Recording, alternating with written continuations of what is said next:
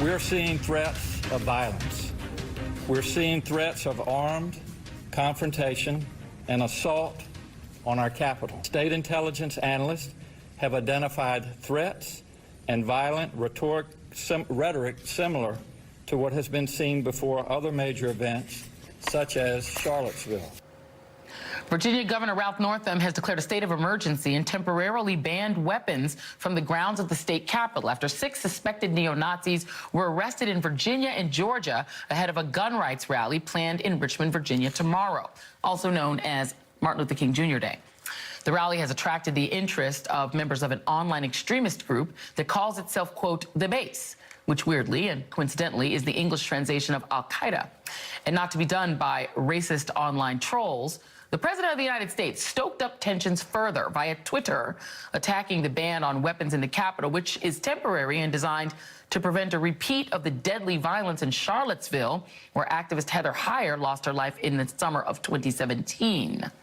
Joining me now is Daryl Lamont Jenkins, Executive Director of One People's Project, and Mark Thompson, host of the podcast Make It Plain. Thank you both for being here. And Daryl, let me start with you. Trying to explain this Lobby Day, which is an annual event for this gun rights group. And the Lobby Day, according to Vox.com, is an annual event for the Virginia Citizens Defense League, a pro-gun rights group, normally attracting a few hundred gun rights activists to Richmond to lobby members of the state government. This year, Virginia is on the cusp of actually passing gun control laws because Democrats won so many victories there. Talk a little bit about them. A little bit about this group, The Base, that the FBI has been paying attention to, and how do you assess the threat level on Monday? Well, I assess the threat level as being a lot more than just rhetoric on the part of a lot of individuals. We have seen that the characters that they picked up from The Base or who are reputed to be in The Base, we're coming there with weapons, with explosives. They mean to do some harm. And we have them communicating those threats of violence online and verbally to people who unfortunately who are encouraging them from the mainstream. I don't want to mention any names right now, but the fact of the matter is we are seeing the same people who were in Charlottesville, the same exact people who are in Charlottesville, basically coming out to be a part of this. However, there are other white supremacists, other hate mongers that were in Charlottesville and abroad that are trying to discourage them from coming out because they are afraid that this is a setup, and if you're in the capital area, you're going to be in a kill zone. So it's going to be a mess. It's going to be a total mess. We don't know what to expect. I'm going to be there on Monday, but we're basically going to pull back and just see how things unfold. Yeah, this is according to the New York Times about this group, The Base. The FBI has grown increasingly concerned about The Base as it works to recruit new people. The group encourages the onset of anarchy, according to the Counter-Extremism Project, an organization that tracks far-right extremists. And experts say its founder, an American, appears to be living in Russia. This is according to Vox for you, Mark. There are 3 new bills that are on the table that are being proposed in Virginia, which again now is run by Democrats won a lot of victories there and basically running the state now, that would require background checks, that would limit the number of handguns that can be purchased per month, and that would ban guns from certain events in government buildings. We know that Virginia is kind of a supermarket for guns that wind up in places like New York and around the country. What do you make of the fact that this group has chosen to protest those new bills on King Day? Well, first of all, and thanks as well for having me, Joe. Good morning to you. Good morning. They have chosen Virginia, obviously, because the NRA is a resident of Virginia. Their headquarters is right there. This is ground zero for the NRA. What obviously doing this on Martin Luther King Jr.'s birthday is repulsive and blasphemous. As a matter of fact, some of the first gun legislation, which was proposed by LBJ, was right after Dr. King was assassinated. And then the debate went further when Bobby Kennedy was assassinated just 2 months later. This is an ongoing struggle around this Second Amendment argument.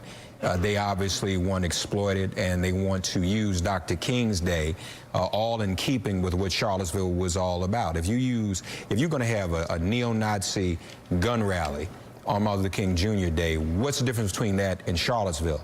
And now you have Trump tweeting about it.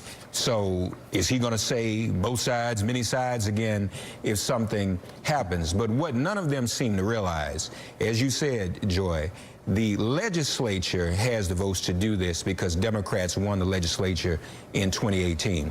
In 2017, Democrats won the governor's mansion, which is rare, consecutively in Virginia. Why did Democrats win the governor's mansion? Why did Democrats win the state legislature? Because of Charlottesville. So it's really ridiculous for them to even say Republicans will win Virginia in 2020. If something terrible goes down tomorrow, or even if it doesn't, just their very presence there will probably guarantee Democrats once again will win whatever seats there are to win in Virginia in 2020. Yeah, we just want to point out that this Virginia Citizens Defense League, I think Mark is saying they are a neo-Nazi group, just that neo-Nazis were attracted to the event. Just want to make sure that we're clear on that. Let's play Heather Heyer, whose daughter, who lost her daughter in the Charlottesville hell that took place. And Heather Heyer's mom, her mom is named Susan Bro, and she was on the Today Show, and here she is. I think what people often don't realize is that an ordinary white kid can easily get sucked into that. And so if parents are trying to value their children's privacy, value their children's space, they might want to check in a little more often, be a little more aware of what's going on. So often the kid that you least expect is the one who's deeply embroiled in the white supremacist movement. It's very seductive. Daryl Lamont Jenkins, this is your area of expertise. What do you make of her advice?